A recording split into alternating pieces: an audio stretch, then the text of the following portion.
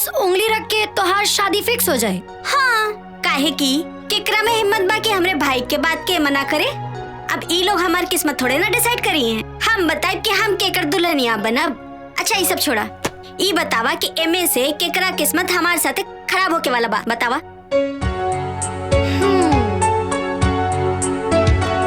वाह रश्मि, भाग्य हो तो तोहरा जैसन। हमहू भगवान से प्रार्थना करब कि अगले जन्म में हमहू के कोनो बाहुबली के बहन या बेटी बनाए के भेज। पगली।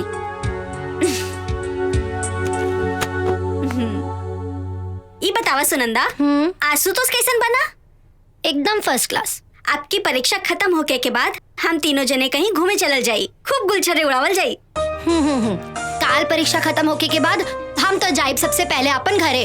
तू ही जाई हा आशुतोष के साथ थे गुलछर्रे उड़ाई। हाँ अच्छा, तो के जलन ना हुई अकेले जाइब ता? बिल्कुल ना हुई रश्मि मैडम। अच्छा, एक बार और सोच ले सुनंदा, तू सिर्फ आशुतोष के हमरे हवाले नहीं करत बाड़ू। अपनी जिंदगी, अपने जीवन साथी, अपनी खुशी सब कुछ हमरे हवाले करत बाड़ू। और कहीं हम लेके फुर हो जाए तो? फिलहाल हमरा से ज्यादा अफसोस तो इन बेचारन के होई जौन तोहरा उम्मीद में ई बिस्तर पर पड़ल बाने।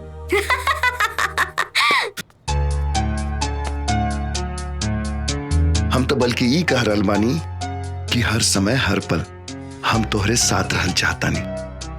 कब तक ही छुप छुपा के मिलल जाए? तब बताओ, हम अपना अम्मा और बाबूजी के लेके तोहरा घरे कब आई? कोनो फायदा नहीं खे।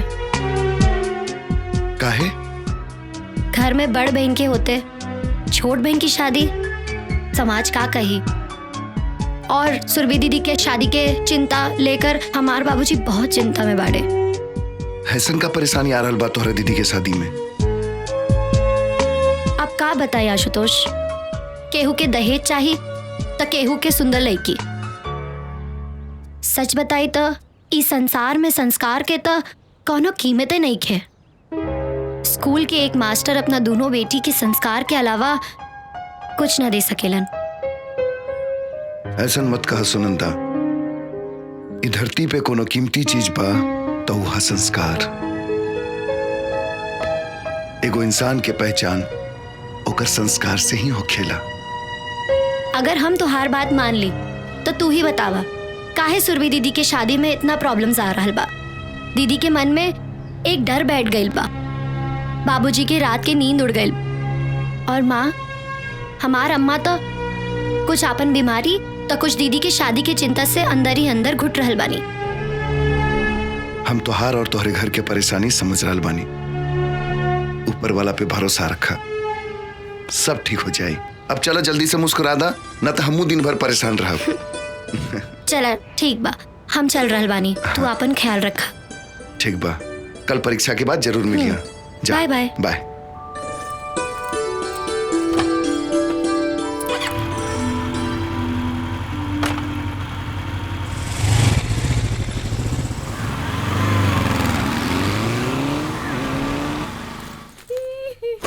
रश्मि, अरे सुनंदा, आ गईलू तू? कब से हम तोहार राह देखत रहनी ना। ई सब का बा रश्मि? इतना लइकन के फोटो? हम तो आँख बंद करके अपन जीवन साथी ढूंढ रहल बानी। मतलब ई कि ई सब फोटो हमार होखे वाला जीवन साथी के बा। बस उंगली रख के हमके फाइनल करे के बा कि हम इनमें से केकरा के दुल्हन बनब। सच? बस उंगली रख के तोहार शादी फिक्स हो जाए? हाँ, काहे की केकरा में हिम्मत बा कि हमरे भाई के बात के मना करे। अब ई लोग हमार किस्मत थोड़े ना डिसाइड करी हैं। हम बताए कि हम केकर दुल्हनिया बनब। अच्छा ये सब छोड़ा, ई बतावा कि एमे से केकरा किस्मत हमार साथे खराब होके वाला बा, बतावा। वाह रश्मि, भाग्य हो तो तोहरा जैसन। हमहू भगवान से प्रार्थना करब कि अगले जन्म में हमहू के कोनो बाहुबली के बहन या बेटी बनाए के भेज। पगली।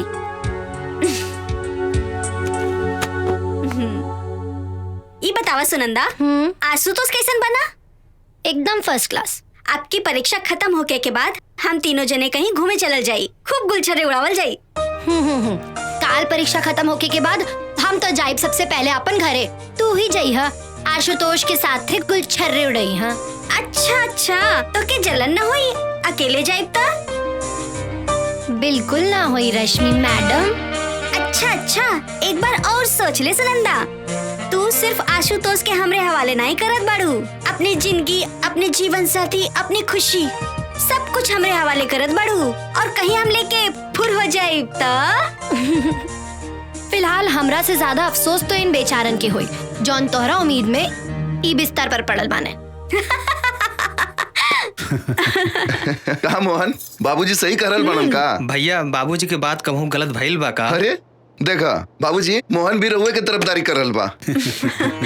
वो सब तो ठीक बा, काम कब संभल बा? मतलब हम समझनी ना बाबूजी। इतना बड़ा अपन कारोबार बा, अब हमरा से संभालब मुश्किल हो रहा बा। हम चाहत बानी ई जिम्मेदारी अब तू संभाल ले। जी बाबूजी, हम बहुत जल्दी ही संभाल ले, लेकिन हम कुछ दिन और अपन जिंदगी जियल चाहता नहीं। रउआ तो जानते बनी कि बस्ती के गरीब बेसहारा बच्चन की खुशी ही हमरा खातिर सब कुछ बा। हम कहाँ मना कर रहा बानी, हम तो तोहरा इ नेक काम में तोहरे साथ बानी। सच कही तो हमरा के तोहरा ऊपर बहुत गर्व बा, कितना नेक दिल हमार बेटा बा। बाबूजी जे कुछ बानी हम रउआ और अम्मा के कारण ही तो बानी। फिर एक ने काम और ही कर दा, सुनंदा के हमार बहू बना के ही घर में ले आवा। अरे अम्मा ही का कर रहल बाड़ी? तोहार अम्मा सही कह रहल बाड़ी। तोहरा के कोनो मुश्किल हो रहल बा, सुनंदा के अम्मा बाबू से हम बात कर ली। ना ऐसा कोनो बात नहीं है बाबूजी। दरअसल सुनंदा के बड़ बहन के शादी जब तक नहीं हो जात तब तक बात करल ठीक नहीं है। सुरभि के शादी खातिर सब लोग बहुत परेशान बा। तो ठीक बा, जब तोहरा के अच्छा लगे तब तू बता दिहा, काहे से तोहरा खुशी में ही हमनी के खुशी बा। और हाँ, सुनंदा से कह दिया कि हम ओकरा के अपन बहू मान चुकल बानी। और हम अपन भाऊजी।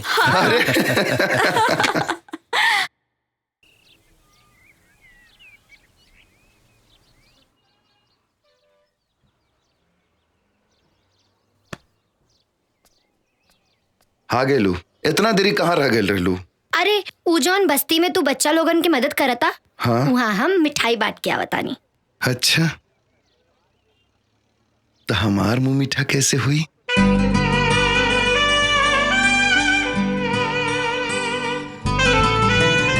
देखा, तू जौन मुंह मीठा करे के सोच रहल बाड़ू ना, हमार इरादा उ नइखे। अच्छा, हम समझाई कि हम कहाँ समझ रहल बानी? देखा, जौन तू करल चाहता रू उ सब शादी के बाद होखेला। हाँ, तो शादी से पहले का होखेला?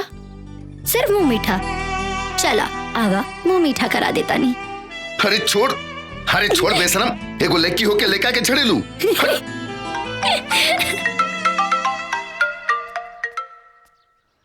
हाँ माँ, प्रणाम।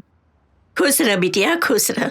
राउर तबियत कैसन बा? अरे हमरे तबियत का कहा बा बिटिया, बस एक बार सुरभि बिटिया के शादी तय हो जाए, हमरा के सब रोग से मुक्ति मिल जाई। हमार सांस तो बस सुरभि के शादी तक। ना अम्मा, ऐसन मत कही। हम जाना तानी सुरभि दीदी के शादी की चिंता रवा के और बाबूजी के भीतर से तोड़ देले बा।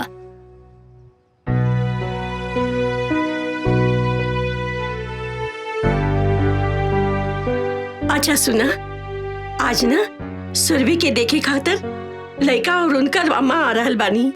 सच? हाँ बिटिया, बहुत ही अच्छा परिवार बा, बहुत बड़ खानदान बाटे उन लोगन का। बस भगवान से प्रार्थना करा कि सुरभि के ई रिश्ता तय हो जाए बिटिया। रवा चिंता ना करी अम्मा, देखी हाँ इस बार सब बढ़िया हुई। लेकिन आप तो बहुत डर लागल बा। इतना लड़का हमने सुरभि बिटिया के देख के नकार चुकल बाड़। ए अम्मा, बेटी के माँ बाप होके के मतलब ई थोड़ी बा कि रवा हमेशा खुद के खोजते रही। पहले तो रोवल बंद करी, खुद के संभाली और स्वागत की तैयारी करी। हम शाम में फोन करब।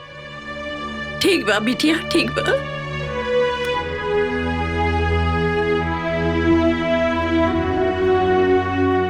कमाल बा, अम्मा के तो बड़का बड़का ज्ञान देते रहलू कि बेटी के माई बाप होके के मतलब ई थोड़े ना होके। आशुतोष, तू ना समझ रहल बाड़ा। हमार बाबूजी के ई हालत बा कि उनकरा के सुरभि दीदी के खातिर कौनो लड़का मिल जाए।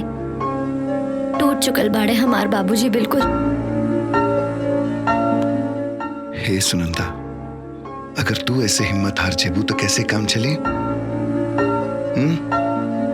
अच्छा सुना, अगर तुहार दीदी के रिश्ता तय हो गेल तो हमरा के का देबू?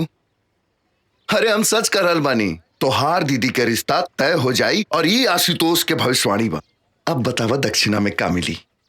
अगर ऐसा हो गई तो जौन मांगबा ऊ दे दे। पक्का? चला। चला।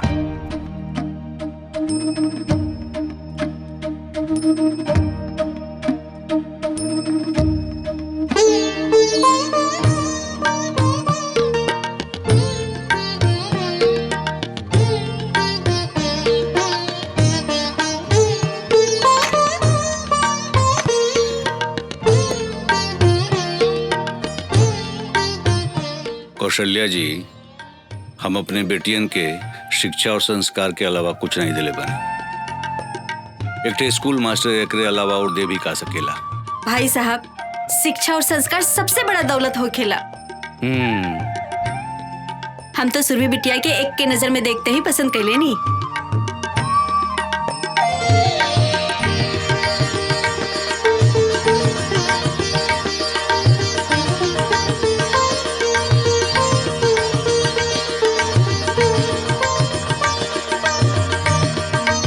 बहन जी, रहुआ हमरा सुरभि की बहू बना के ना हमने के नया जीवन दहले बानी।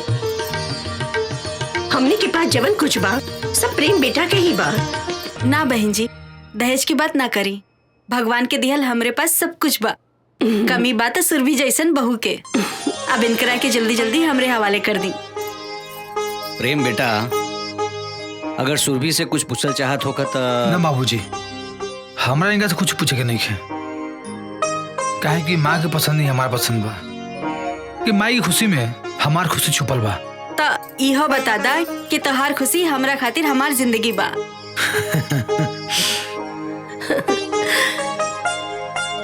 भाई साहब, प्रेम ही हमार सब कुछ बाड़े।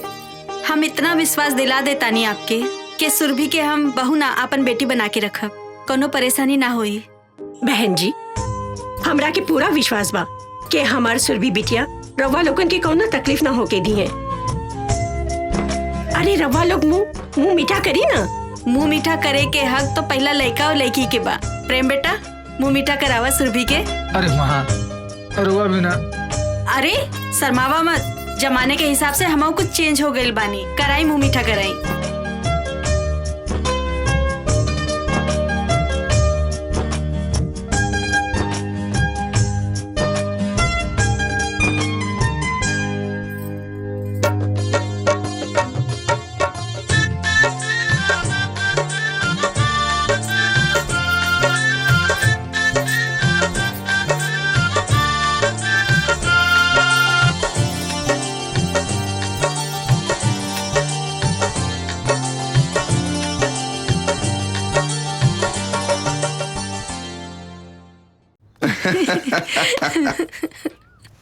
सच में आज पूरा दिन तोरा साथे गुजार के बहुत अच्छा लगल।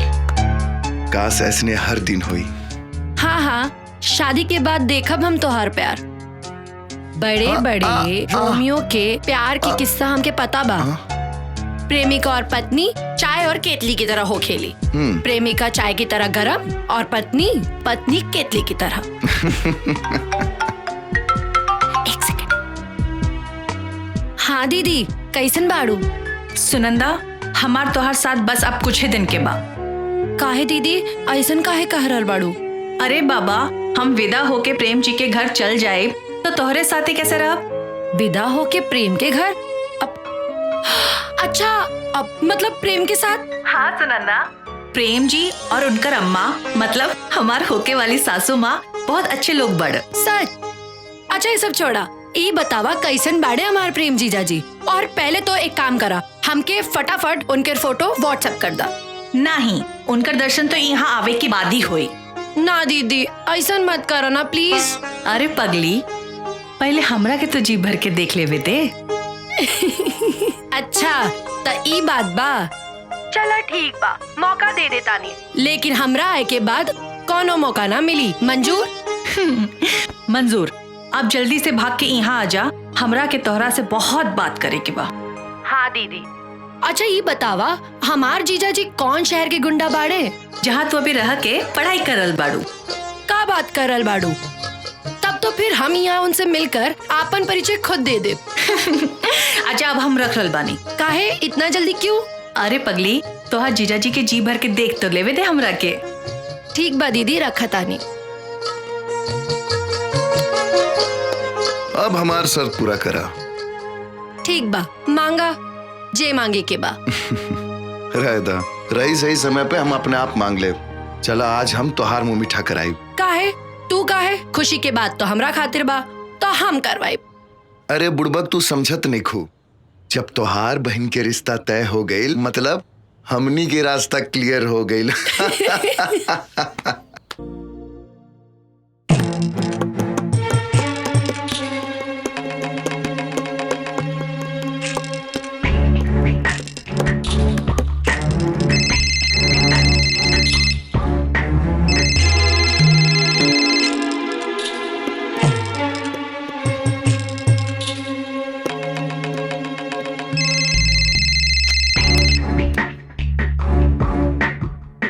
हेलो प्रेम बाबू, 10 लाख रुपया चाहिए। का? कौना बात की? तुहरे जान के कीमत के। इतना सारा बिजनेस, इतना सारा कंपनी के मालिक, तुहरे खातिर त 10 लाख तुहरे हाथ के मिलवा। बात तो तू सही कहला, लेकिन तुरा ऐसा आदमी के हम 10 लाख तो दूर, बल्कि 10 रुपया देवल पसंद ना करब। आइंदा फोन मत करिया। चलो फोन रखा। फोन तो हम रखते, लेकिन तोरा के एकर बहुत बड़ा कीमत चुकाओ के पड़ी। सुना, तू ये से भी पहले हमका फोन कर ले रहा, लेकिन का मिलल? हमारा फैसला आज भी वही बा।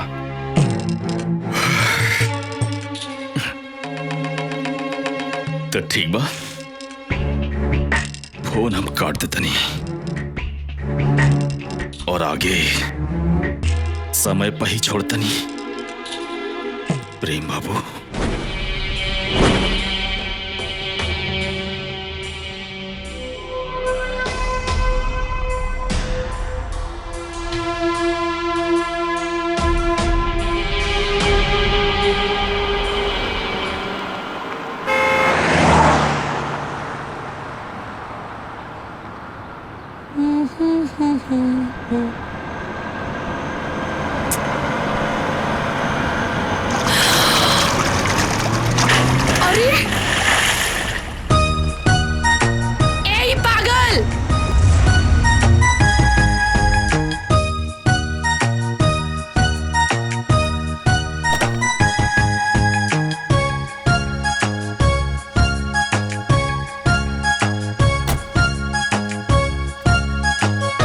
सॉरी, हमरा के माफ कर दी। हमरा से गलती हो गई। का गलती से? हमार पूरा कपड़ा खराब कर देला। देखी, बुरा मैं एक बात कही, गाड़ी में हमरा पानी की बोतल रखल बा, कहीं तो रउआ रही किचन में साफ कर देत पानी। रहे दिए नाटक। रवा जैसन आदमी के हम अच्छे से जाने ली। देखी मैडम, रउआ जैसे सुतता नहीं, हम वैसे बिल्कुल नहीं। देखी, अच्छा ये बताई, रउआ कहाँ जाए के बा? कहीं तो रउआ के छोड़ देते पानी। कोनो जरूरत नहीं है, हम चल जाए। ठीक है madam. It's okay, it's okay. ठीक है मैडम। ऑटो। हमरा ऊपर देखा ना, पूरा कीचड़ उछाल देलस। का? तो तू छोड़ दिलू काहे ओकरा के? हमके फोन करे के चाही ना। अरे हम छोड़नी कहाँ, उनकरा के हम इतना सुनौनी। हाँ। अरे उनकर तो सांस रुक गई रहे। बेचारा हमरा से पानी पूछलस, हम मना कर देनी। अच्छा, फिर का कहलस हु? कही का हमरा आगे केहू के बोले की हिम्मत भइल बा आज तक? ना, केहू के ना भइल। फिर का भइल? फिर का भइल, बेचारा माफी मांग मांग के जमीन में गड़ गई। तब जाके हमरा दिल के सुकून मिलल कि एगो मर्द तोरा सामने झुक गई, ऐसे ना? फिर आगे का भइल? फिर हाँ। फिर आगे ऊ हमरा खातिर ऑटो मंगवाइलस और ऊ में बैठ के हम तोरा लगे आ गई नी। अच्छा फिर का हम तोरा साथे एजा बैठल बानी। ना सुनंदा, हमके तो कुछ गड़बड़ लग रहा बा। का गड़बड़? कि ऊ तोहार पीछा पहले से करत हुई, अब तोहरा ऊपर नजर रख ले हुई। अच्छा? हाँ, अब मौका देखते ही तोहरा ऊपर कीचड़ उछाल देलस और उहे बहाने तोहरा से मुलाकात हो गई। और का? और कर दिल तोहरा ऊपर आ गई। साचो? हाँ। तब तो हम जा रहल बानी। कहाँ? ओही जा खड़ा हो कब। एक काम मालूम, एक बार फिर वो नौजवान खूबसूरत लड़का आई, हमरा ऊपर कीचड़ उछाली और हमरा हाथ पकड़ के ले जाई। तो हमार का हुई? तू कौन लड़की पे जाकर कीचड़ उछाल दी है? ए सुनंदा, हमारे जिंदगी से तोहरा दूर होके के मतलब आशुतोष के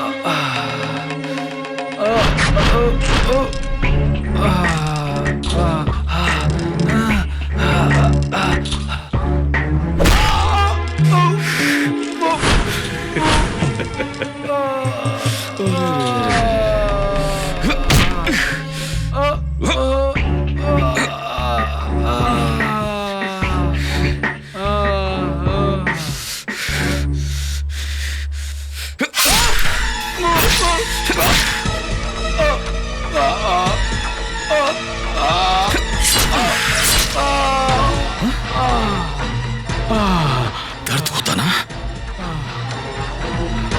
दर्द होता ना तुझे? प्रेम बाबू इतना बड़ा बिजनेसमैन 10 लाख रुपया तुझसे मांग नहीं है, उल्टा हमारा खातिर फोन रख। फोन रख बोलते हमरा की।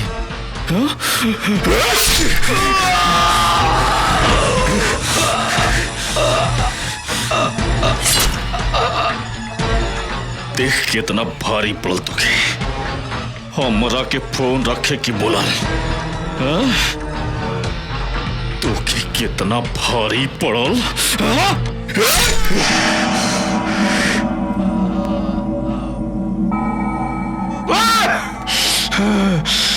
अपने आप के मत समझा था, धोखा से बाहर करके तू बात थोड़ा जिंदगी पर कुत्ता।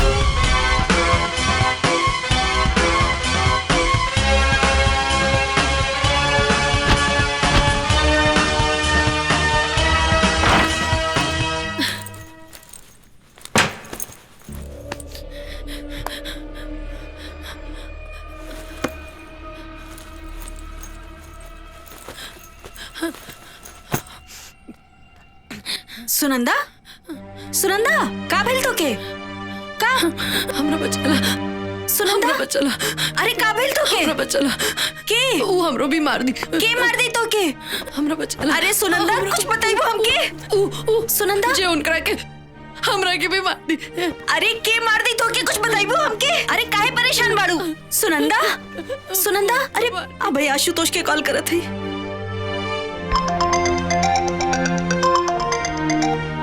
हाँ रश्मि बोला। हेलो आशुतोष कहाँ बाड़ा तू जल्दी से आजा सुनंदा बहुत परेशान बाड़ी तू जल्दी से आवा अच्छा ठीक बात तू घबरा मत हम जल्दी आवत नहीं। सुनंदा सुनंदा सुनंदा का भेल तो के रश्मि बचाला हमरा के सुनंदा सुनंदा का भेल सुनंदा काहे घबरा रहल बाड़ू? हाँ का भेल हमरा मार दी उजे सुबह हमरा पे कीचड़ फेंकलत हाँ कुछ कालस का हमरा आगे के सामने उनकर आके एक बदमाश मार देता और सबूत का मिटावे खातिर हमरो मार दी कुछ ना हो तोरा हम तोरा साथ बानी सुनंदा अपना आप के संभाला कुछ ना हो कुछ ना हो।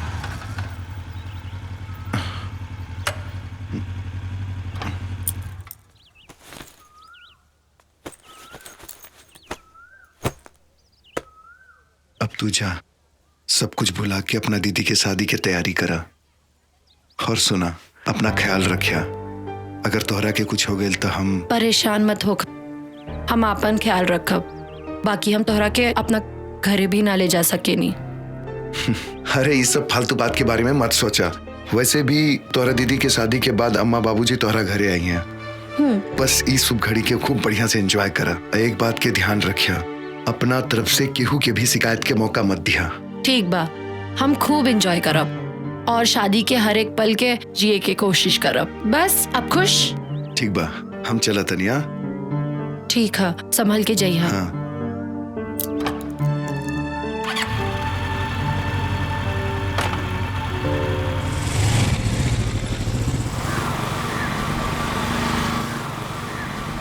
ठीक बा बाय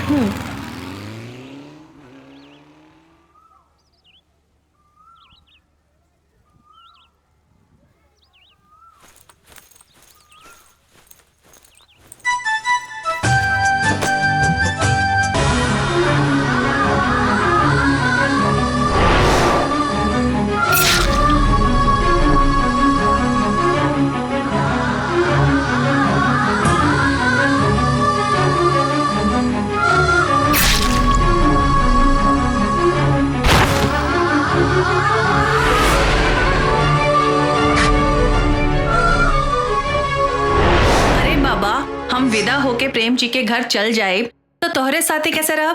विदा होके प्रेम के घर? अब अच्छा अब मतलब प्रेम के साथ? हाँ सुनंदा, प्रेम जी और उनकर अम्मा मतलब हमार होके वाली सासू माँ बहुत अच्छे लोग बड़।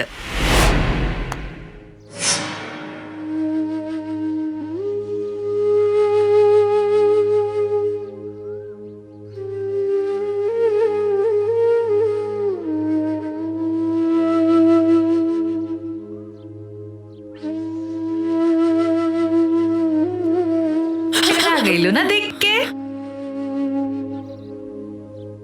हाँ दीदी, हमके तो विश्वास नहीं के होत। कबो कबो तो हमरो विश्वास नहीं के होकर कि प्रेम जी जैसन। अच्छा बतावा कैसे लगला तोहर जीजा जी? अब हम का बताई दीदी, हमरा तो कुछ समझ में नहीं आवत। अब हम का कही? सच कही सुनंदा, प्रेम जी तो यहाँ से चल गई ना, बाकी हमार दिल भी साथ लेके चल गई ना। हे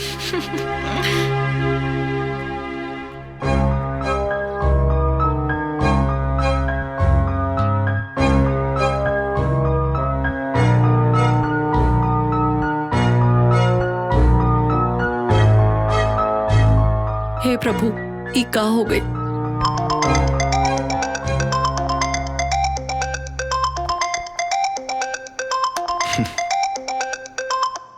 हाँ सुनंदा बोला।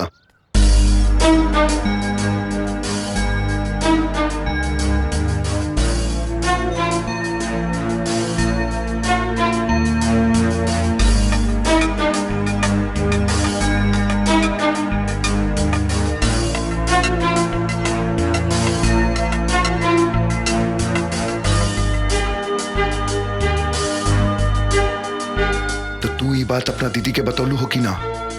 ना आशुतोष, हमार हिम्मत ना भय। दीदी ता अपन एक एक पल प्रेम के सपना में जी रहल बाड़ी। अगर दीदी के सच्चाई पता चली। अच्छा आशुतोष, हमके एक बात नहीं के समझ आवत कि इतना सब कुछ हो गई, लेकिन अब तक प्रेम के घर से कोनो खबर ना आयल। हम का कहता नहीं? अगर हो सके तो तू एक काम करबा, जाके मालूम करा कि सच का बा। शायद हम जे देखनी हा वो गलत होके। भगवान करे कि गलत हो। हम अभी प्रेम के घर जाके सच के पता लगावे की कोशिश करता नहीं। तू उनका घर के पता भेजा जल्दी। हाँ हाँ ठीक बा।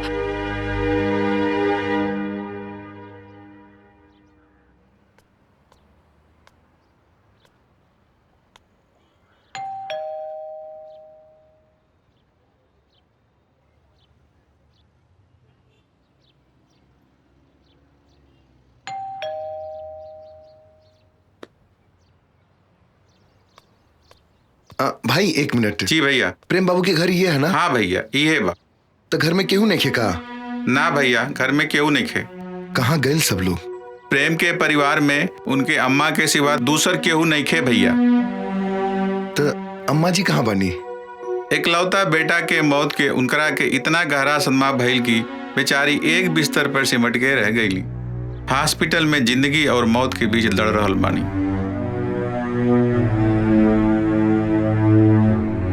हाँ ठीक बा, धन्यवाद।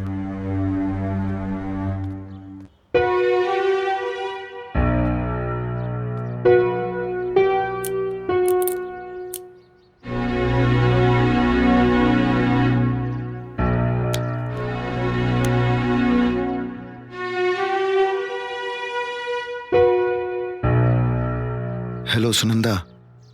हेलो। हम प्रेम के घर गए रहनी।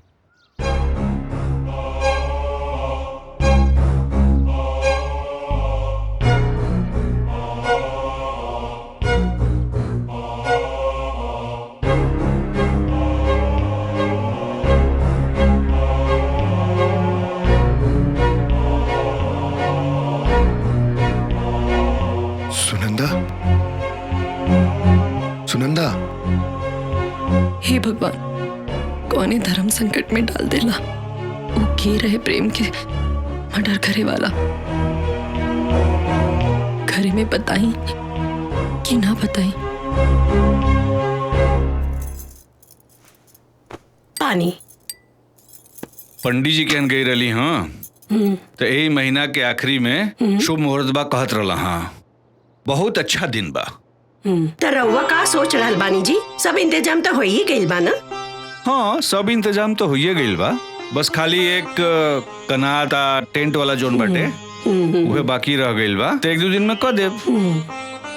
हम सोचत रही हैं कि हम शहर जाके आप प्रेम के माता जी से तारीख के बारे में बात करके सब फाइनल कर देत बानी। एमे कहे कि का बाजी, जितना जल्दी शादी की तारीख तय हो जाए अच्छा रही। तो ठीक बा, हमें को काम करता नहीं, हम काले चल जाते नहीं शहर। आजे जाके प्रेम के माता जी से मिल करके उनसे सब कुछ फाइनल कर लेता नहीं। ठीक बा। बाबूजी की सच बता दी का? चुप चुप के का सुन रहल बाड़ू? कुछ ना दीदी, बल्कि हम सोच रहल बानी कि तोहार शादी में हम का करी। तू अभी सोच रहल बाड़ू और हम कब का सोच चुकल बानी। अच्छा सुना, हम अपन ससुराल जाए और अपन पतिदेव के खूब सेवा करब और उनकर अम्मा के भी, और उनकरा के कबो शिकायत का मौका ना दे। सच कही सुनंदा, आजकल तो हमार प्रेम जी भी हमार सपने में आवत बाड़ो और हमार नींद खराब करके भाग जाला। सुरभि बेटी, आई नहीं बाबूजी। हमार ए समय सच बतावल ठीक ना होई। दीदी कितना खुश बाड़ी।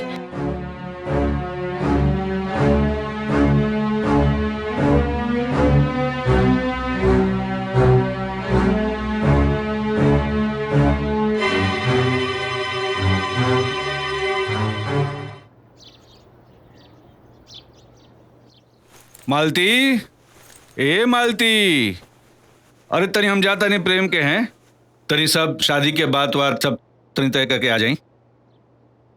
लेकिन रउआ दही शक्कर खा के जाए। अच्छा, दही खा के निकला सुबह केला। चला खा लेता नहीं।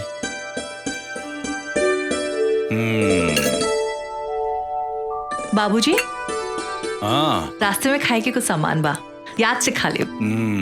चला ठीक बा। अब दीदी हम बानी ना बाबूजी के साथ में, अब तब बाबूजी के कोनो बहाना ना चले दे।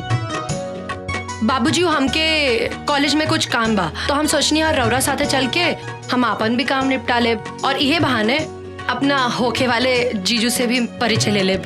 ई बात बा। मालती देखा, अब तो कुल टेंशन खत्म हो गई ना। चलो सुनंदा, चल जाओ, चला चला।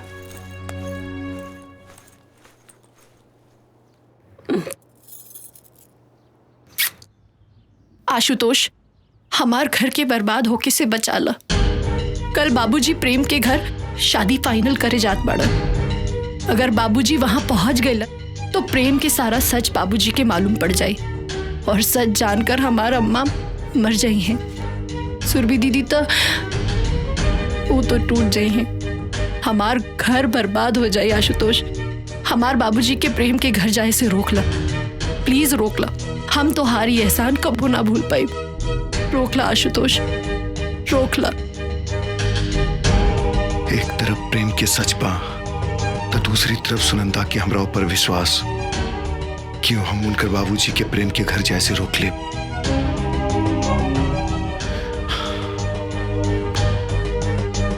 हम उनकर घर बर्बाद हुए से रोक ले, लेकिन कैसे?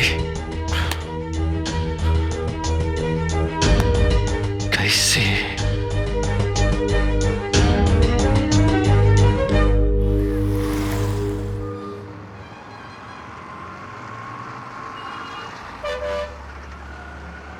बाबूजी, हमरा बहुत भूख लागल बा। चला ला ना, देखा अम्मा का दिल बनी, खा ला। ना माँ बाबूजी, आज घर के ना, आज चली कहीं बाहर खाइल जाए। लेकिन बेटा बहुत देरी हो जाई, समझल कर बात के। अच्छा चली चाय ही पी लिया जाए। बेटा बहुत देर हो जाइए, वो काम कर जाओ। प्रेम के घरे चले के उनका अम्मा जो चाय वाय बना के दिया वो पी लिया। ठीक बना? ठीक बा। हाँ चला। हे भगवान, चला आ गई।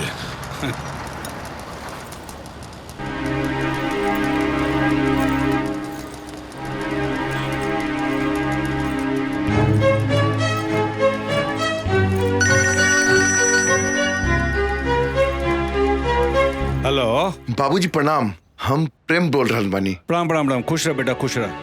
बाबूजी हम और अम्मा कुल देवता की पूजा करे खातिर गांव आइल बानी। अच्छा, हम तो बेटा तोरे घरे आए रही, तोरा घर के सामने खड़ा बानी। वो शादी का तारीख तय करे करल है ना। अरे तो बाबूजी रवा खुद कर ली ना, हम अम्मा के बता दे। लेकिन बेटा हम चाहत रही कि तोरे अम्मा से एक बार। अरे बाबूजी अम्मा बुरा ना मानिए, बल्कि वो खुद कहत रहनी है कि अपना खुद के मुताबिक शादी की तारीख तय कर ली। ठीक बा बेटा, तो हम शादी का तैयारी शुरू कर देता नहीं। ठीक बा ना, गलती हमरे से हो गई। हमके बाद जौन तो फोन का के आवे के चाहत रहा। अरे कोनो बात ना बाबूजी, अपन ख्याल रखिया। प्रणाम। खुश रह बेटा, खुश रह।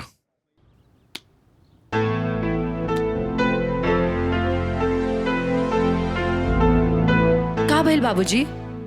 प्रेम और उनकर अम्मा जौन बा तौन कुल देवी का पूजा करे खातिर गाँव में गईला। अच्छा? हाँ देखा दड़ू, केहू के बगैर जौन बा तौन बंगला कितना सुना लगत बा। हाँ बाबूजी, आप प्रेम के शादी के बाद जौन बा तौन तारीख उहे तय कैला हाँ जौन हम चाहत रहली हैं। ई तो बहुत बढ़िया बात बा बाबूजी। तो चलो ठीक बा, चलो चलो जाओ चलो।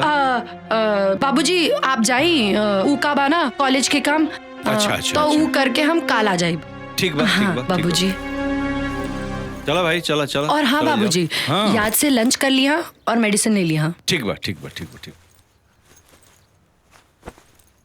चलो चलो भाई चलो चलो चलो बेटा। थैंक गॉड बचा लिया।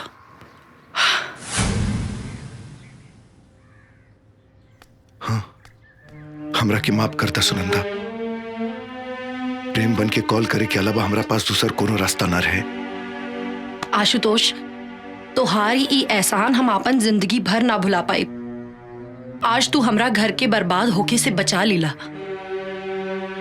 आज तो मामला संभल गई, लेकिन सोचा शादी के दिन का हुई जब घर में ढोलक बाजी सहनाई बाजी तब कैसे।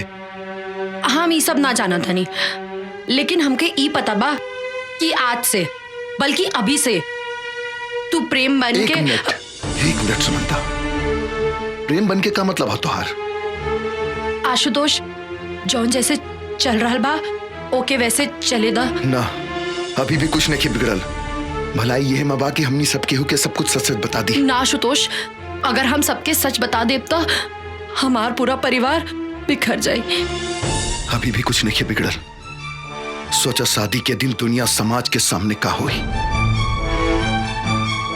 हम कुछ नहीं के सुने के चाहत। अगर तू सच में हमरा से प्यार करेला तो जॉन हम जैसन कहा तनी वैसा करा, और जॉन जैसा चल रहा बा बस चले दा ना।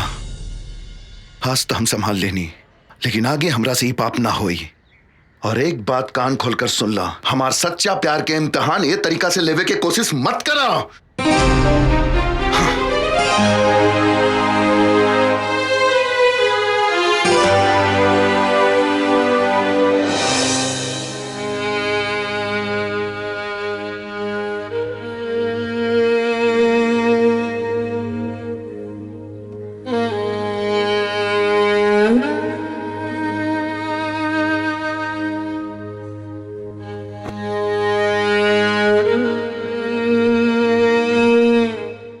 ये साड़ी तोरे पे बहुत सुंदर लगी। और हाँ, ससुराल में जाइए ना तो केहू कुछ बोली जवाब मत दिए। हाँ? पहले पहल सब बोलेला, बाद में सब ठीक हो जाला। बाबूजी हम पानी लेके आवता है। ए बेटी यही ले ले जा। जी अम्मा। रख दिए।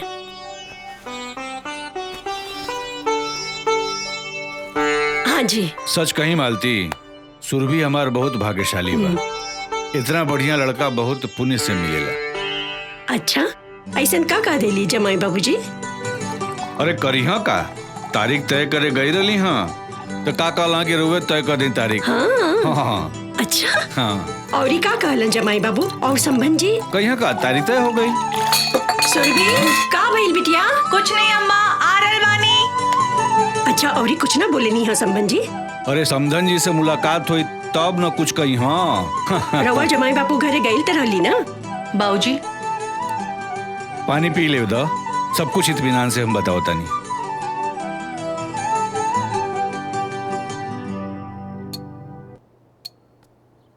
लगता तू पूरा कहानी सुन ले बगैर मनबू नहीं। चला तोरा के पूरा कहानी हम सुनावत बानी।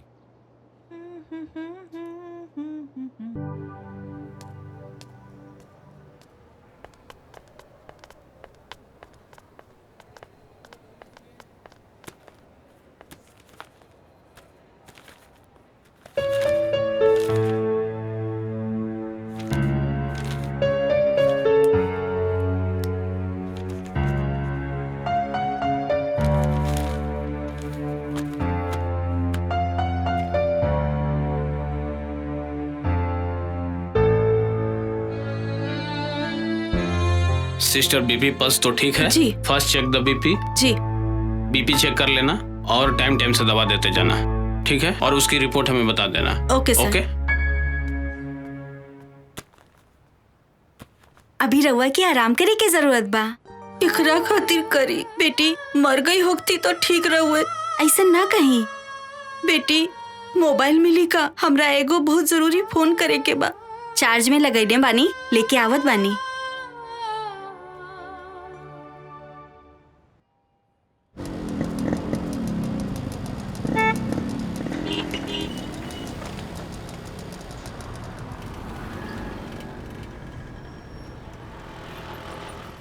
गुप्ता जी 25 तारीख के हमारे सुरभि बिटिया का शादी बा, लेकिन एक दिन पहले हमारे दरवाजा पर शहनाई बजे के चाहिए। मास्टर साहब आप चिंता ना करी, सुरभि हमारे बहन के समान बाड़ी। हम ऐसा इंतजाम करब कि लोग देखत रह जाइए।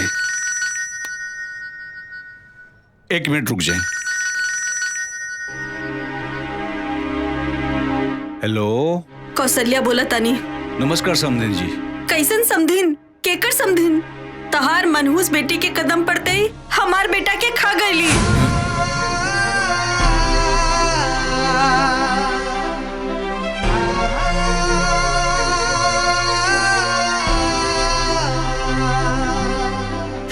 इतना फोन मत करिया, समझला?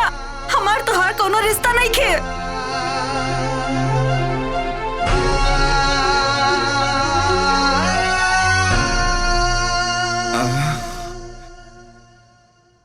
आई देखा ना कितना बढ़िया झुमका बन के आइल बा। तोरा दीदी के ऊपर अच्छा लगी? बहुत अच्छा लगी। चूड़ियों बढ़िया बा। देखा सब अच्छा बा। अरे का हो गई? बस कुछ ना माँ। तोहार सुरभि दीदी चल जी है ना, तू ही तो हमरे पास रहबो ना। हमकी सुरभि दीदी के खूब खूब याद आई। हाँ बेटा, हमू के आई। सुनंदा, तो हमारा सब कुछ बाड़ू ना। सुनंदा उठ, चल चल हो गई रे? हमार बिहार में डांस ना करबू, उठ जा। यार दीदी बताओ कौने गाने पे डांस करबू? आगे आवो, बताओ। सोच ले बाड़ू? नहीं? अच्छा ठीक बा, कुछ भी करा। कुछ भी कुछ हमरा नहीं के मालूम, तू बतावा। वो गाने पे करना, मेहंदी लगा के रखना, डोली सजा के। नहीं नहीं, मेहंदी है रचने वाली। Not bad. बतावा कैसे करबू? आप बता। मेहंदी है रचने वाली, हाथों में गहरी लाली।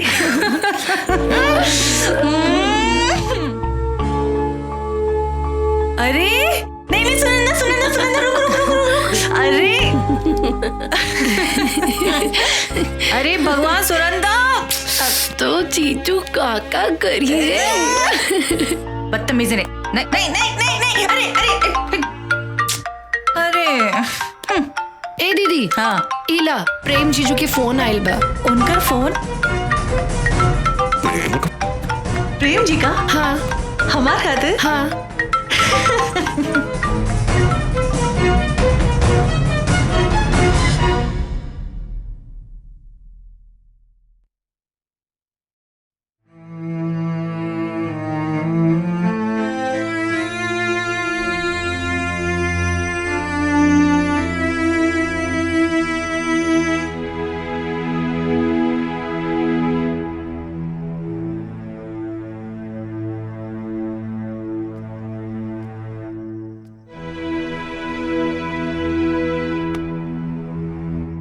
बाबूजी आप? हम तोरा से कुछ बात कह चाहत रही। कहीं ना। का सच में प्रेम का फोन आए रहे? हाँ बाबूजी, काहे रवा के ऐसन काहे लग रहल बा कि? आज प्रेम के अम्मा का फोन आए रहे। प्रेम का सच जाने के बाद भी तू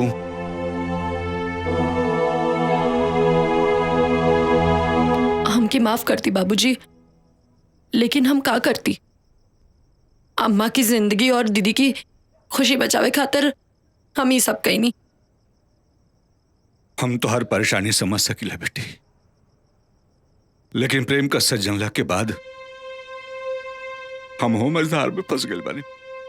एक तरफ तोहरे माई के बीमारी, ओकरे बेटी के विदाई का सपना, दूसरी तरफ सुरभि का जिंदगी।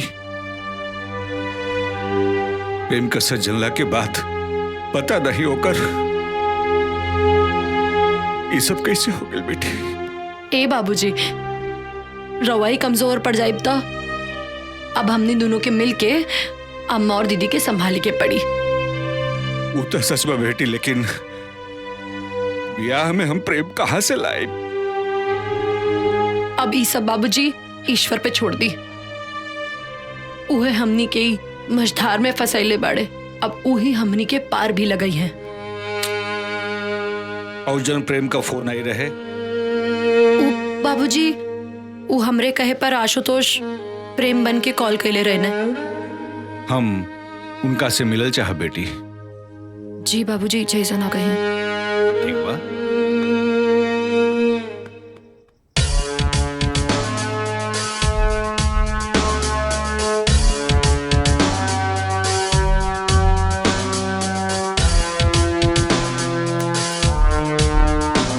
सर, एगो सुनंदा नाम की लड़की के आईडी मिलल बा।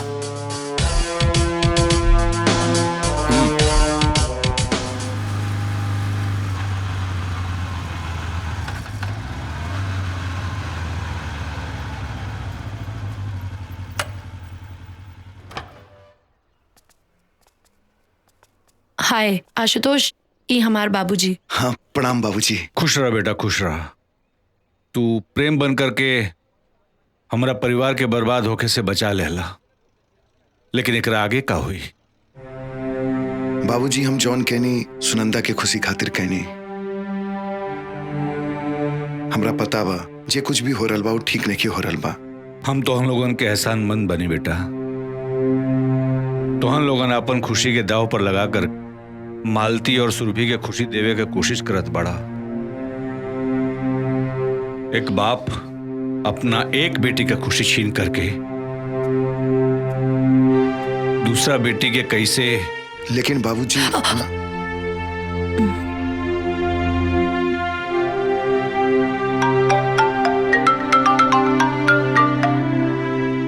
हेलो, हम पुलिस इंस्पेक्टर रवि बोल रहा बनी। प्रेम वर्मा मर्डर केस में रउआ से कुछ जानकारी लेवे के बा। प्रेम मर्डर केस? लेकिन हमरा के कुछ नहीं के मालूम। सबूत बा हमरे पास। पूरा छानबीन के बाद हम रउआ के फोन कर रहल बानी। घटना के टाइम रउआ होई जा रहनी, ये बात सही बा कि ना? हाँ, लेकिन हम घबराए के कोनो जरूरत नहीं के। हम कहनी ना, पूरा छानबीन करे के बाद हम रउआ के फोन कईनी। बस हमरा के कातिल के बारे में रउआ से कुछ जानकारी लेवे के बा। अगर रउआ यहाँ आ जाए तो ठीक बा, ना तो हमरा के राउर घरे आवे के पड़ी। ना ना, हम आ जाए। ठीक बा। बाबूजी, हाँ, एकरा से पहले कि पुलिस यहाँ आ जाए और सबके सामने आ जाए, हमरा के जाए के पड़ी पुलिस स्टेशन। लेकिन बेटा बाबूजी रउआ तनिको चिंता ना करी, हम बानी इनकरा साथे, इनकरा के कुछ ना होई। सुनंदा तू चला। हाँ, आओ। बाय पापा।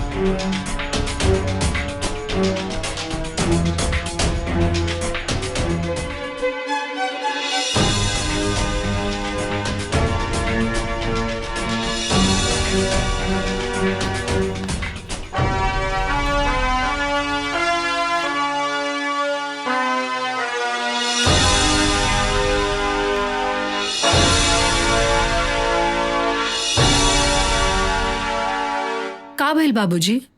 रवा बहुत परेशान लग रहल बानी। अरे प्रेम का दोस्त आयल बानो शादी में मदद करे खातिर। का? प्रेम के दोस्त? हाँ।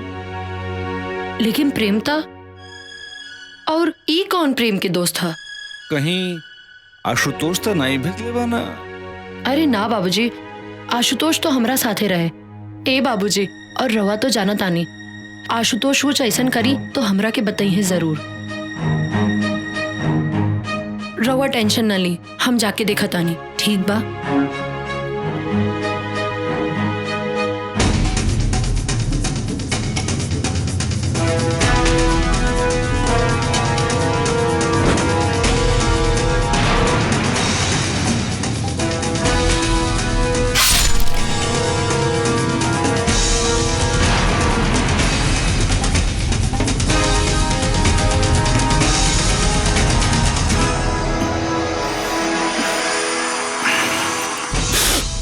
तू आ गलू, बड़ा सही टाइम पाइल वालू। हम तो मुंह मीठा कवल बनी, तू कला तू एजा परेशान मत होगा। अभी हम शादी तक बनी जा, आराम से मिल बैठ के बात कर ले जाई। सुनंदा तू आ गई लो। ई पुष्कर जी हैं, तोहार जीजा जी प्रेम जी के दोस्त।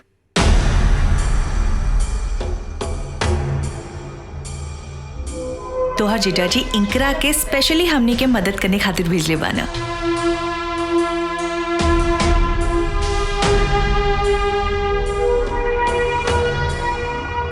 बड़ा खुश नसीब बने जा आप लोग, जौन प्रेम जैसन आप लोगों को दामाद मिला। लाखों में एक बा हमार दोस्त। अरे खड़ा काहे बनी? आई बैठी, साथ में नाश्ता कर लिया। हाँ सुनंदा, बैठा। ना दीदी, हम बहुत थक गइल बानी, और फिर पुष्कर जी तो शादी तक यहाँ रही हैं, तो खूब बातचीत हुई।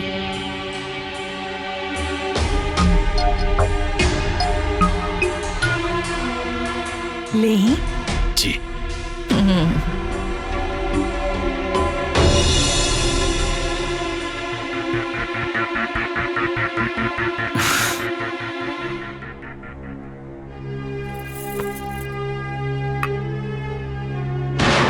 ई पुष्कर जी हैं, तोहार जीजा जी प्रेम जी के दोस्त।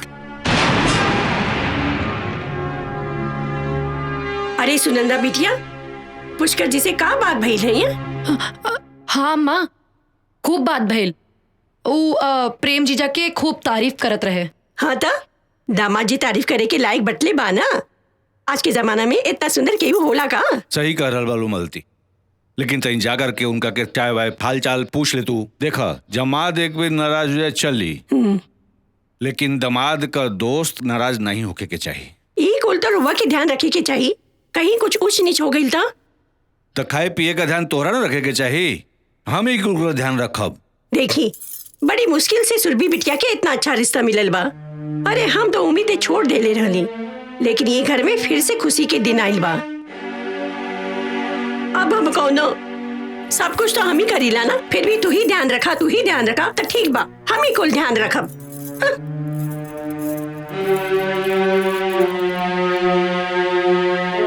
ए बेटी, मिलर उनका से के बना? बाबूजी, ई पुष्कर ही प्रेम जीजा के किलर बाड़े।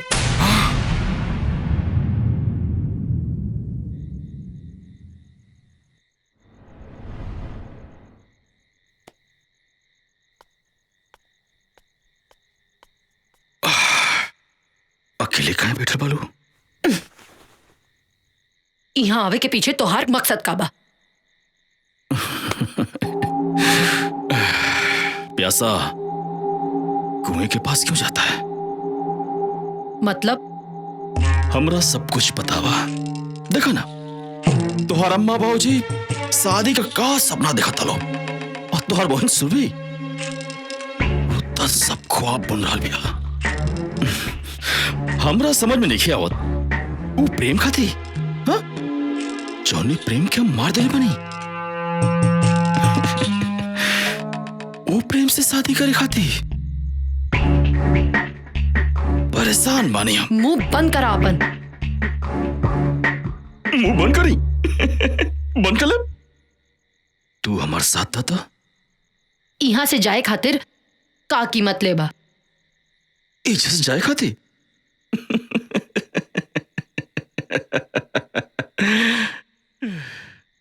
बड़ा सोच समझ के आयल बनी हम। जब तू पुलिस स्टेशन में हमारे खिलाफ कंप्लेंट के लिए बोलो, वो पुलिस से बची खाती। ऐसे बढ़िया जगह तो हमरा की कहीं और ना मिली। अच्छा ही बतावा, प्रेम की काहे मार दिला? बस 10 लाख रुपए खाते। कई बार मांगनी उसे, ना बोल रस। हमारा गुस्सा आ गई, दिमाग हमारा ठनक गई, मार देनी बहुत आसान बाना। जाना तारा, एक प्रेम की मौत से कितना घर, कितनी जिंदगी दांव पे लग गई बा। इस सब से हमरा कोनो मतलब नहीं है। और हाँ, हमरे जैसे आदमी के इस शोभा भी ना दिला।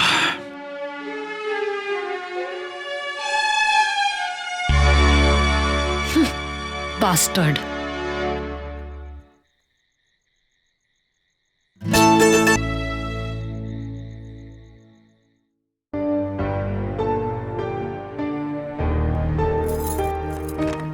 प्रणाम पप्पा जी, प्रणाम बुआ जी। प्रणाम। सुनंदा, हमनी के पहचान लो ना? तू सुरभि बाड़ू ना? कैसे पहचान बो तू लोग?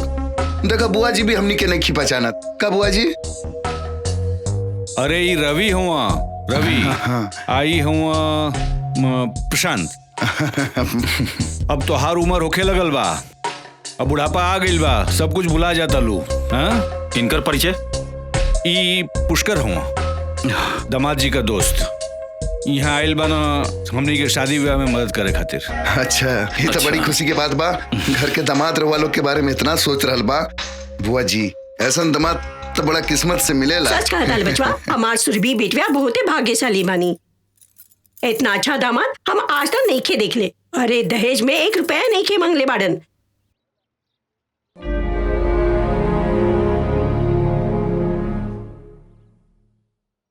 अरे सुरभि बिटिया, ये लोग के चाय वाय पिएबू? हैं? जा तन चाय वाय लेकर के आवा। जी बाबूजी। खाली चाय से काम ना चली, अरे कुछ नाश्ता वास्ता भी बना देल जाए। हाँ बुआ जी, बहुत कस के भूख लागल बा। ठीक बा बचवा, तू लोग जा बेटा, हमने की कुल बना के लेके आओ तानी जा। चलो बेटा। जी बढ़िया बनई है।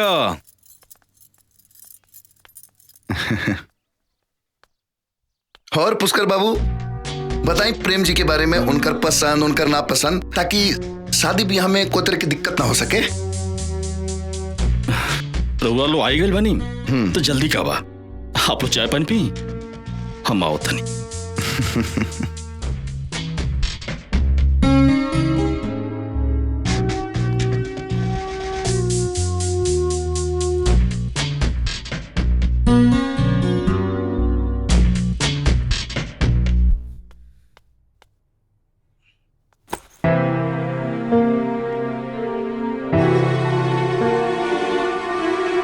अचानक ही दो रिश्तेदार आधा मकना,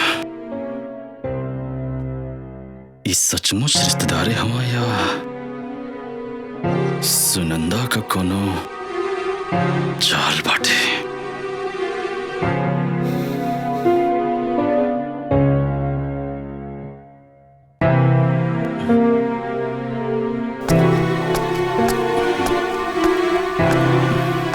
पुष्कर जी,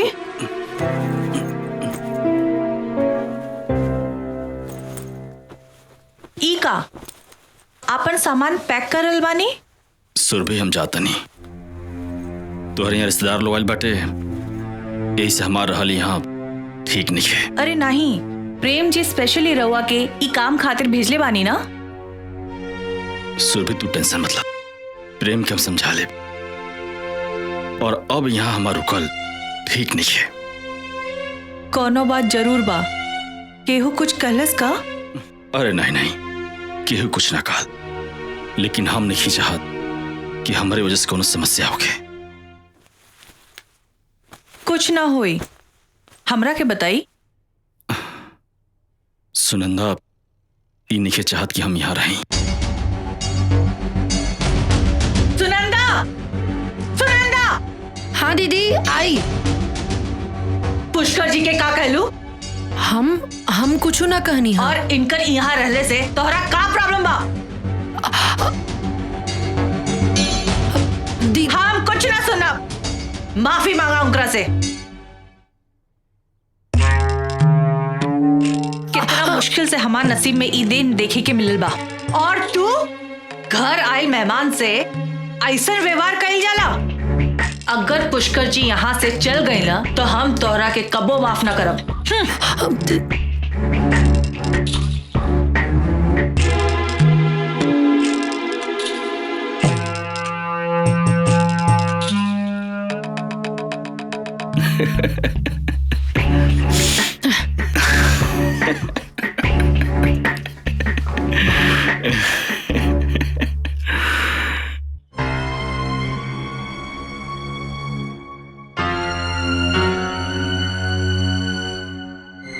इंस्पेक्टर साहब, हमरा सुरभि या सुनंदा के जिंदगी खतरा में बा। पता नहीं पुष्कर कौने खतरनाक इरादा से यहाँ आयल बा। ओकर जिंदगी बचा ले इंस्पेक्टर साहब। रउआ हाथ मत जोड़ी, हम विश्वास दिला रहल बानी कि सुरभि और सुनंदा के कुछ न होके देव। और रहल बात प्रेम के सच्चाई के, तो ई कहल बड़ा मुश्किल बा कि जे दिन मालती जी और सुरभि के सच पता चली वो दिन का हुई। चिंता तो यह बात के है इंस्पेक्टर साहब, बार बार कोनो अनहोनी के आशंका हमनी के सच बतावे से रोक रहल बा। लेकिन कब तक आशुतोष? एक ना एक दिन मालती जी और सुरभि के पता तो चलबे न करी। लगता कि हमनी के अभी पुष्कर के ऊपर फोकस करे के चाहिए। एक तरफ सुनंदा के जान खतरा में है और दूसरी तरफ सुरभि। सबूत मिटावे खातिर सुनंदा के जान भी ले सकेला। ना आशुतोष, हमरा रहते ऐसा ना होई। हम मानता इंस्पेक्टर साहब, लेकिन जानता नहीं वो पुष्कर जौन बा तो सुरभि के सुनंदा के खिलाफ भड़का रहल बा। दोनों बहन के बीच में दीवार खड़ा कर रहल बा। तो करे दी, ओकरा के अपना मकसद में कामयाब होके दी, और दोनों बहन के दुश्मनी उनकरा के उलझा के रखी, बुझली? और उनकरा के ऐसा लगे के चाहिए कि वो अपने मकसद में कामयाब हो रहल बने। लेकिन इस सबसे हमनी का फायदा होई आशुतोष? उनकर ध्यान सुनंदा और सुरभि के बीच दीवार खड़ा करे में लागल रही, और हमनी के उनकरा खिलाफ जाल बिछावे में लागल रहा। बाकी एकर खबर उनकरा के ना चले। तो इंस्पेक्टर साहब, आप ये बताइए आपका आगे का क्या प्लानिंग बा? पुलिस के टीम टेंट वाला और हलवाई बन के कबो एजा आ सकेला। बस रउआ लोग के बड़ा इत्मीनान और कायदे से काम लेवे के पड़ी उनकरा से, और पुष्कर के शक न होखे। ठीक बा, जैसन रउआ चाहता नहीं वैसने होई। गुड। ली चाय पी। का रउआ भी वजीर बादशाह में उलझा रहेला? वजीर बादशाह में ना उलझल रहिला, हम अपना बेटा आशुतोष के बारे में उलझल रहिला। तो हमरा के बता दी, हम ओकरा से मौका देख के उलझल रहा। हमरा के मालूम बा कि हमरा चाल पे वो कौन चाल चली है, हमरा कौन बात पे वो तकरार करी है। ई शतरंज के बिसात पर मोहरा ना, ई हमार आशुतोष बाणे। हमरा के तो हमेशा सुनंदा के माँ बाबूजी के चिंता लागल रहेला। बेटी का बाप इतना मजबूर रहेला? तू गलत कह रहल बाड़ू शांति। सदानंद जी से हम मिलल नहीं खे, लेकिन उनकरा बारे में हमरा के मालूम बा। बिटियन के पाल पोस के बड़ा करे वाला बाप कभी कमजोर नहीं हो सकेला। सच कहीं कमजोर हमनी के बानी जा। अपने बेटा के बारे में सोचत रहेली, बेटी के पाल पोस के बड़ा करब, ओकरा शादी बियाह करे का सौभाग्य सब करा के नहीं मिले। सच कह रहल बानी रउआ, कन्यादान के सौभाग्य किस्मत वाले माँ बाप के मिलेला।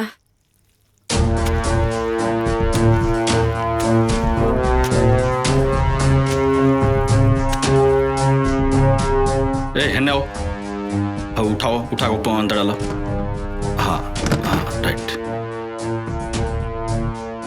चलो ओके साइड नो साइड नो साइड नो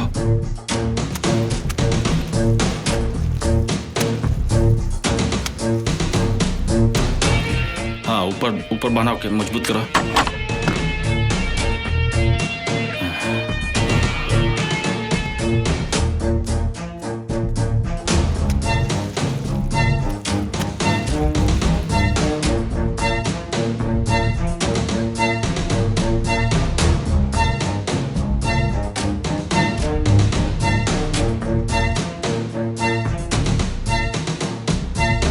अरे पुष्कर बाबू आई आई आई आई आई पुष्कर बाबू आप आ गए भाई तो सामान का खाना वाना का लिस्ट बना देती तो बहुत बढ़िया रहा। अरे काय ना बाबूजी बिल्कुल एकदम ई बाबूजी रवि ना आप अपन नाव का बतलो नहीं प्रशांत प्रशांत प्रशांत बाबूजी ई लो मेहमान बाटे इनका भी ध्यान रखल जरूरी बना और अचानक आयल बोलो बाबूजी तो इनके बारे में सोचल हमने के फर्ज बनता ना। ज्यादा मत सोची पुष्कर बाबू रउआ लड़का लोग के तरफ से बानी ऐसे पहले हक राउर बा। प्रशांत बाबू ज्यादा हक के बात मत करी हक के बात कब ना महंगा पड़ी आप लोगों के। और रहल बात लिस्ट का आज रात में बना दे और कल सुबह आप लोग दे दे आप लोग कोनो प्रॉब्लम ना होगे तो।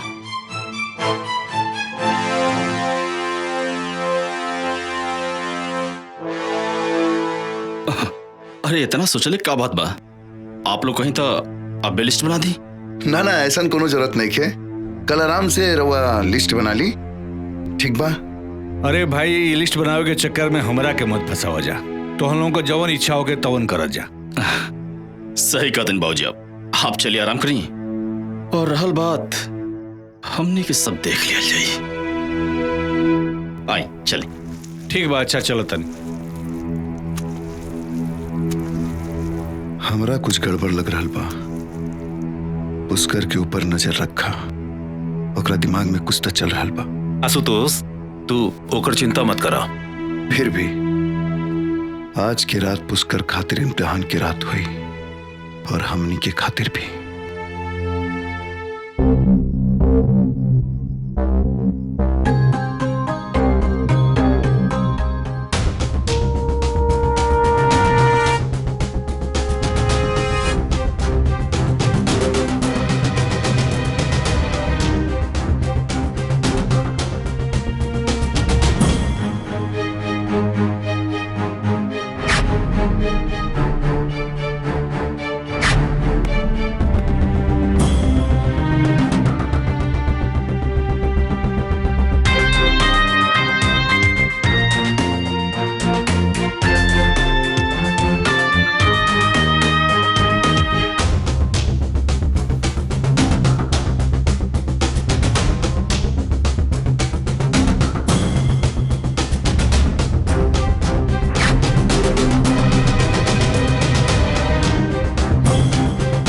कुछ न कुछ गड़बड़ तो जरूर बाटे।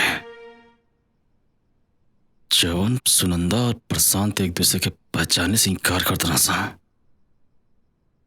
अब चोरी चोरी चुपके चुपके बात करता सा।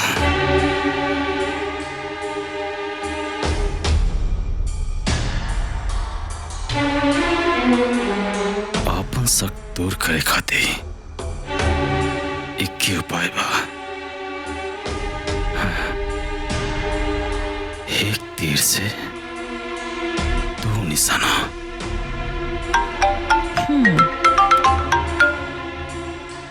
हेलो आप हाँ सुरभि हम पुष्कर बोलते नहीं।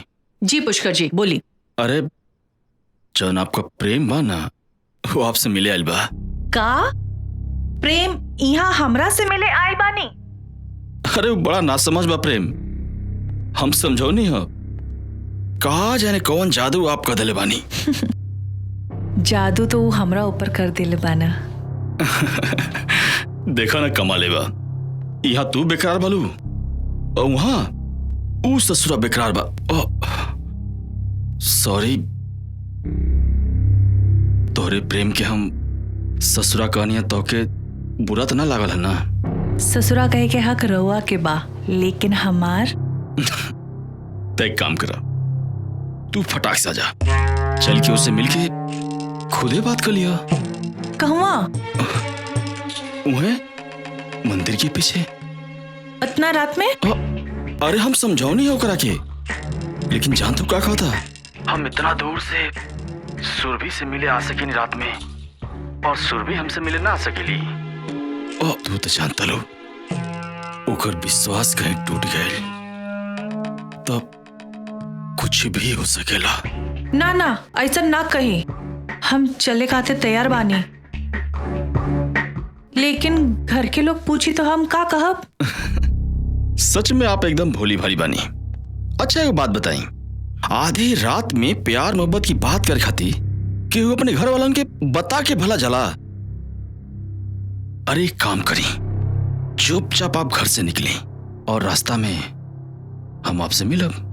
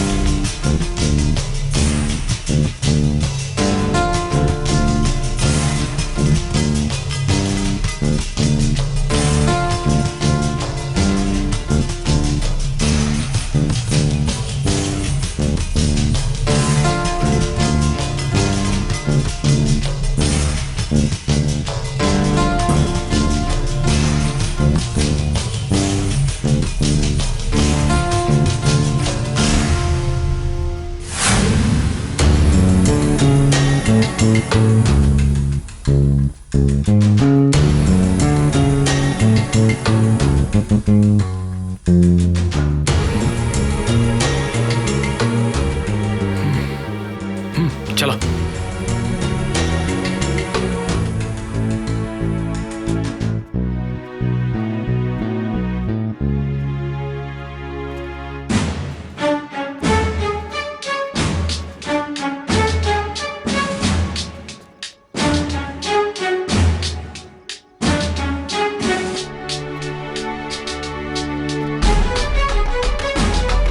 इधर आओ।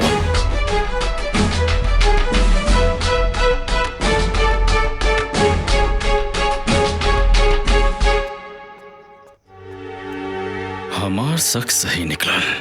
पुलिस वाले यहाँ रिश्तेदारी कौन निभा निकाल, ये सब सुनंदा का चाल बटे।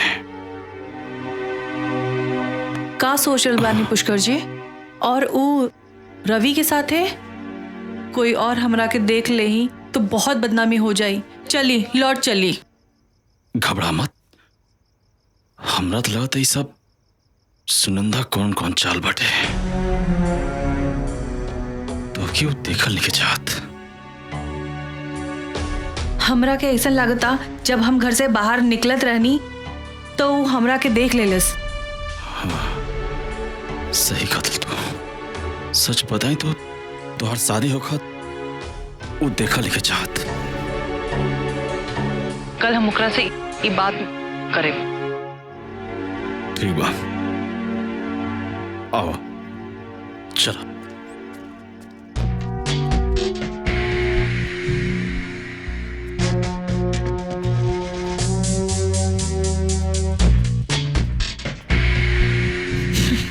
हमरा लग रहा बा कि रउआ गलत जगह लेकर आई बानी।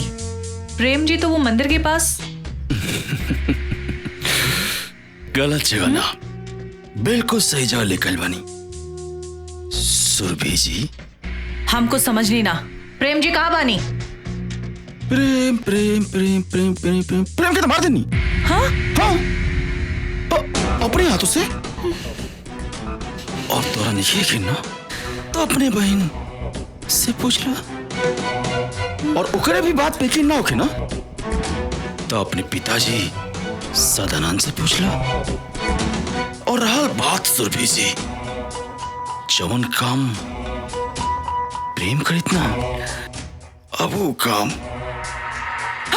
हम करब।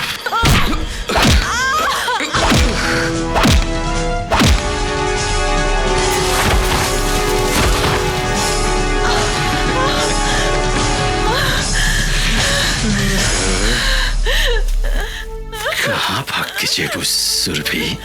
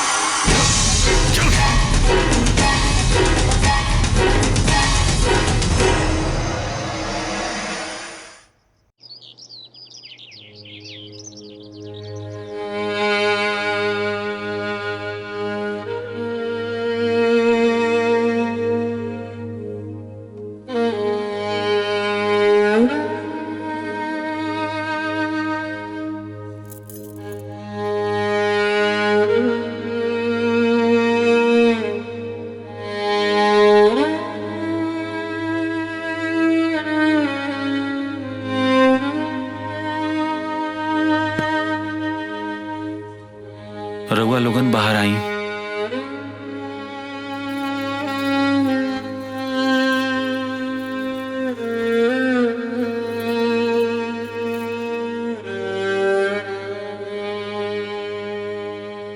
सुरभि के कोनो बात के सदमा लगल बा।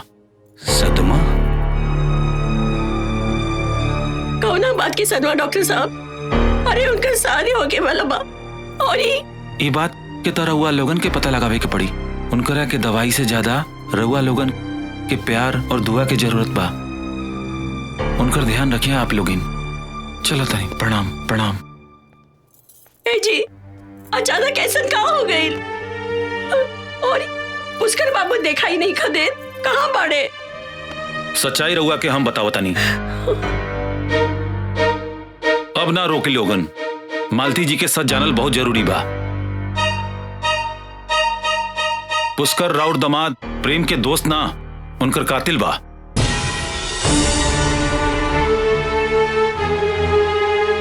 राउर दमाद प्रेम तो मर चुकल बाणे।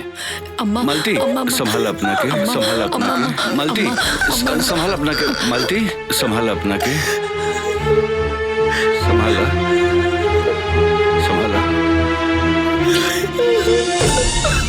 बाकी मालती जी रउआ चिंता ना करी। अगर रउआ लोग चाहो तो सुरभि के शादी जरूर होई। हम करब सुरभि से शादी।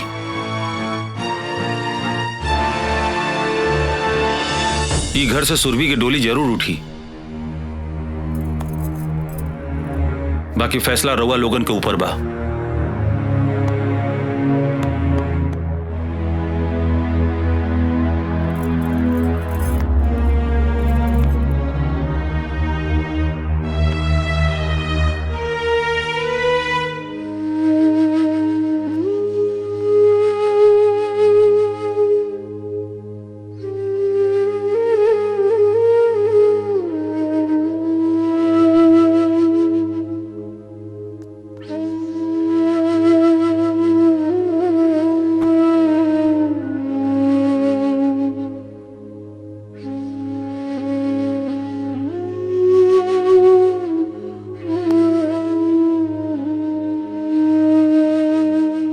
हमरे दीदी के हाथ में मेहंदी कितना सुंदर लागी ना। मेहंदी खूब सजी।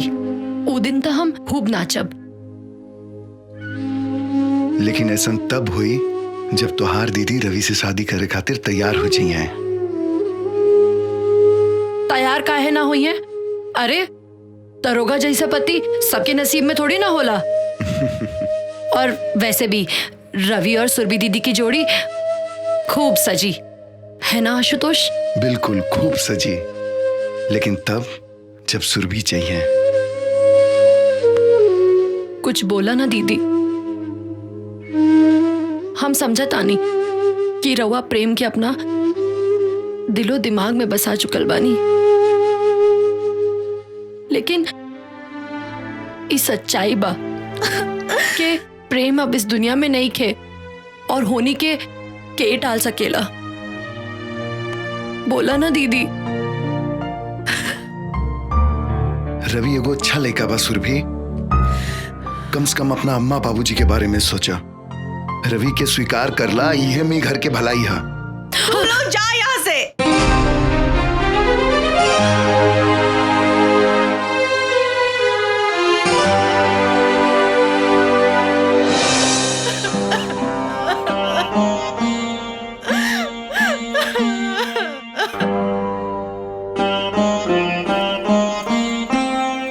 अच्छा, अब हमरा के जाए के पड़ी। अगर सुरभि कोनो फैसला कर लेता, हम हमेशा साथ देवे खातिर तैयार बानी।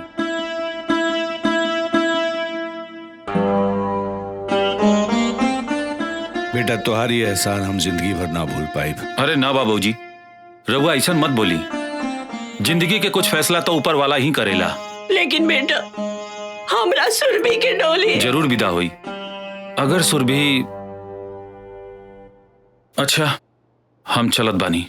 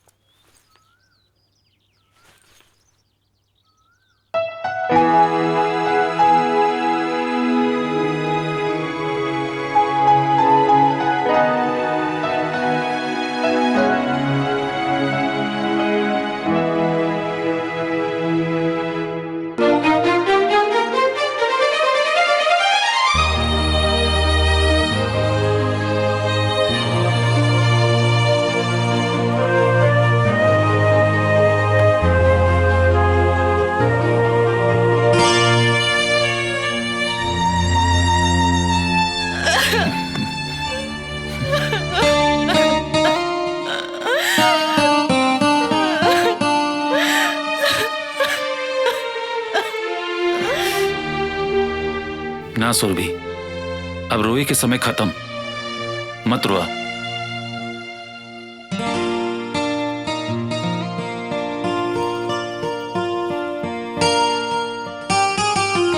ये आशुतोष बाड़े। अरे सुनंदा के अब तोहरा के जितना आशीर्वाद देवे का बानू इनकरा के दा। काहे के जाना ताड़ू, तोरा घर के खुशी, तुम्हारी इज्जत और सुनंदा के प्यार और हमरे जिंदगी में नई खुशी सब इनकर देन बा।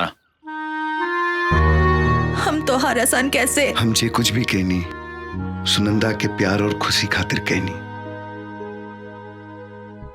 एक बहन के दूसरा बहन खातिर प्यार और त्याग देखकर इस समझ में आ गेल कि धरती पर सबसे खूबसूरत कुछ बा तो प्यार के डोर बा। एक इंसान के भीतर दूसरा इंसान खातिर अपनापन महसूस करावेला। तो सुनंदा के प्यार के खातिर एगो काम और कर दी।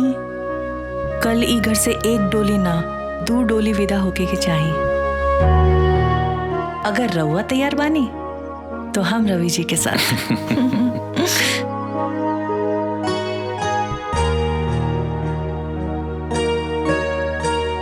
अरे मान जा आशुतोष, तोहरे साथे हमरो कल्याण हो जाई। का करी सोचब का सोचबू।